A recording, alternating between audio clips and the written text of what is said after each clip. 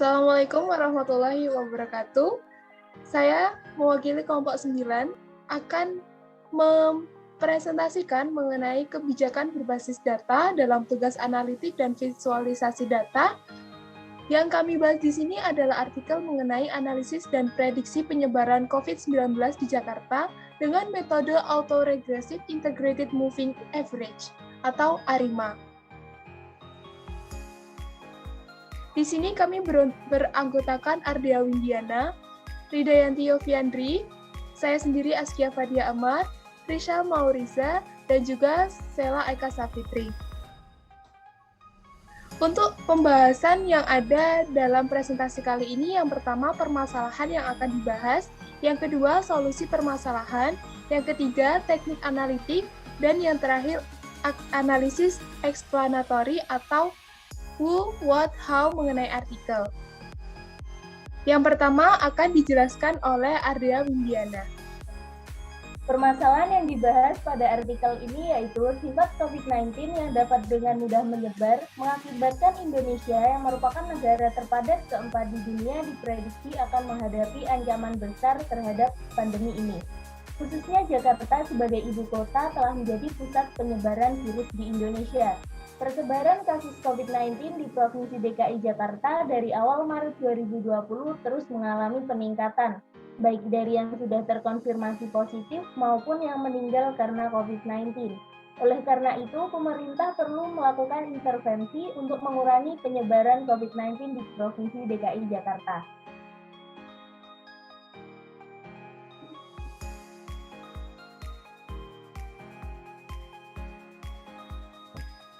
Selanjutnya, solusi dari permasalahan tersebut adalah dengan menganalisa dan memprediksi penyebaran kasus COVID-19 dalam mendukung pemerintah Provinsi DKI Jakarta untuk melakukan kebijakan publik maupun intervensi untuk mengurangi penyebaran COVID-19 di Provinsi DKI Jakarta. Analisa ini juga dapat digunakan sebagai bahan pertimbangan dalam mengambil keputusan atau membuat kebijakan bagi pemerintah Provinsi DKI Jakarta dalam menekan penyebaran kasus COVID-19. Selain itu, hasil analisis prediktif kasus COVID-19 di Provinsi DKI Jakarta dapat dimanfaatkan sebagai salah satu informasi dalam upaya melakukan tindakan preventif atau pencegahan terhadap lonjakan jumlah kasus yang diprediksi akan semakin meningkat jika tidak ada intervensi langsung dari pemerintah. Untuk bagian ketiga yaitu mengenai teknik analitik.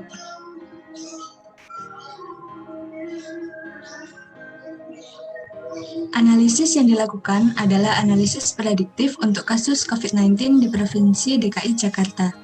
Data yang digunakan yaitu data pertambahan kasus COVID-19 harian. Pada analisis ini, menggunakan metode Autoregressive Integrated Moving Average atau ARIMA yang merupakan salah satu metode forecasting dari perluasan model Autoregressive Moving Average atau ARMA. Ketika data tidak stasioner, yaitu dengan melakukan differencing pada data.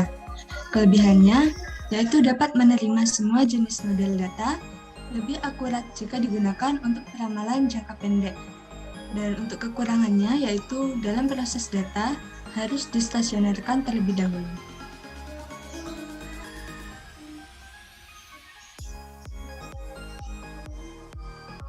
Analisis dan visualisasi data dilakukan dengan menggunakan teknik exploratory data analysis yang menekankan pada penyajian data dalam bentuk grafik. Berdasarkan artikel yang kami analisis, gunakan line chart dan bar chart. Seperti pada gambar, line chart menunjukkan positivity rate dengan warna oranye, sedangkan bar chart menunjukkan jumlah orang yang dites dengan menunjukkan warna biru. Line chart dipilih untuk menjabarkan secara jelas tren dari data yang dianalisis, sedangkan bar chart dipilih karena dapat memudahkan dalam pembandingan data antar kategori. Yang berikutnya yaitu analisis explanatory. Terdapat who atau siapa Jadi dari artikel analisis dan prediksi penyebaran COVID-19 di Jakarta dengan metode Autographic Integrated Moving Average atau ARIMA, dapat diambil kesimpulan bahwa audiensnya yaitu masyarakat DKI Jakarta. Setelah mengetahui siapa audiens kita, maka kita harus berusaha untuk mengenal audiens agar dapat memahami cara yang tepat untuk membangun komunikasi yang baik sehingga nantinya dapat memenuhi kebutuhan mereka. Yang berikutnya yaitu U, data analis. Audiens melihat kita sebagai data analis. Kita harus membuat audiens percaya dengan kita sebagai seorang ahli analisis data agar komunikasi yang diberikan dapat dipercaya dan diterima dengan baik oleh audiens.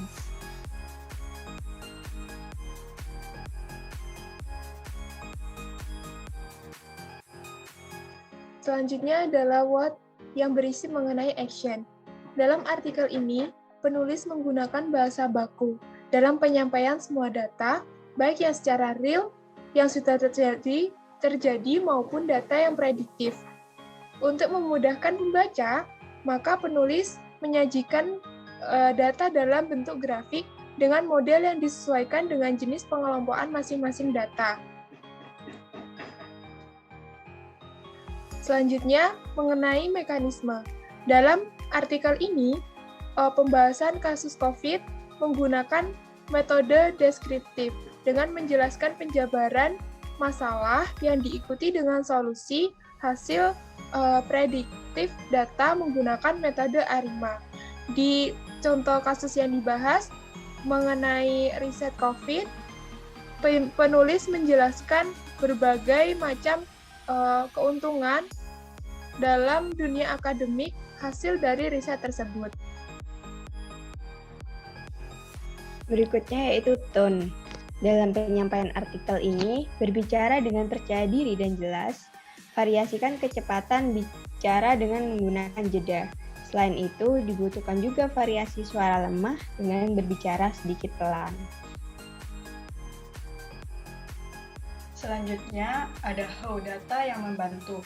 Data yang dapat membantu dalam menganalisis dan prediksi penyebaran COVID-19 di Provinsi DKI Jakarta ada 6 data, yaitu data collection, data preparation, data cleaning, data analysis, data visualization, dan data update.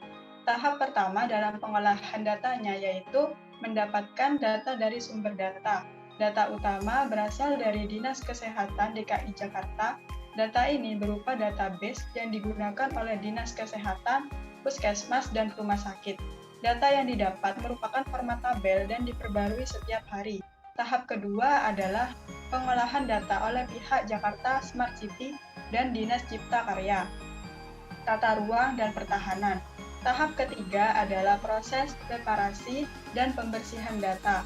Dalam tahap ini dipastikan tidak ada data berulang maupun tidak ada kondisi data yang inkonsisten.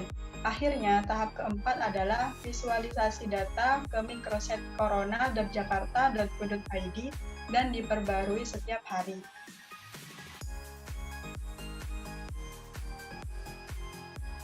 Selanjutnya, how untuk membuat keputusan. Untuk membuat suatu keputusan dengan adanya data penyebaran kasus COVID-19 di Provinsi DKI Jakarta melalui dua pendekatan. Yang pertama ada pendekatan pola persebaran kronologis. Data utama yang digunakan adalah data harian pasien dalam pengawasan, orang dalam pemantauan, dan positif yang tersebar di berbagai wilayah di DKI Jakarta. Melalui data ini, bisa dilihat fluktuasi atau perkembangan kondisi COVID-19, terutama dalam periode Maret sampai awal Juli 2020. Yang kedua, ada pendekatan pola testing dengan dua variabel utama, yaitu jumlah orang yang dites dan positif rate kasus harian menjadi titik fokus. Sekian presentasi dari kelompok kami, dan wassalamualaikum warahmatullahi wabarakatuh.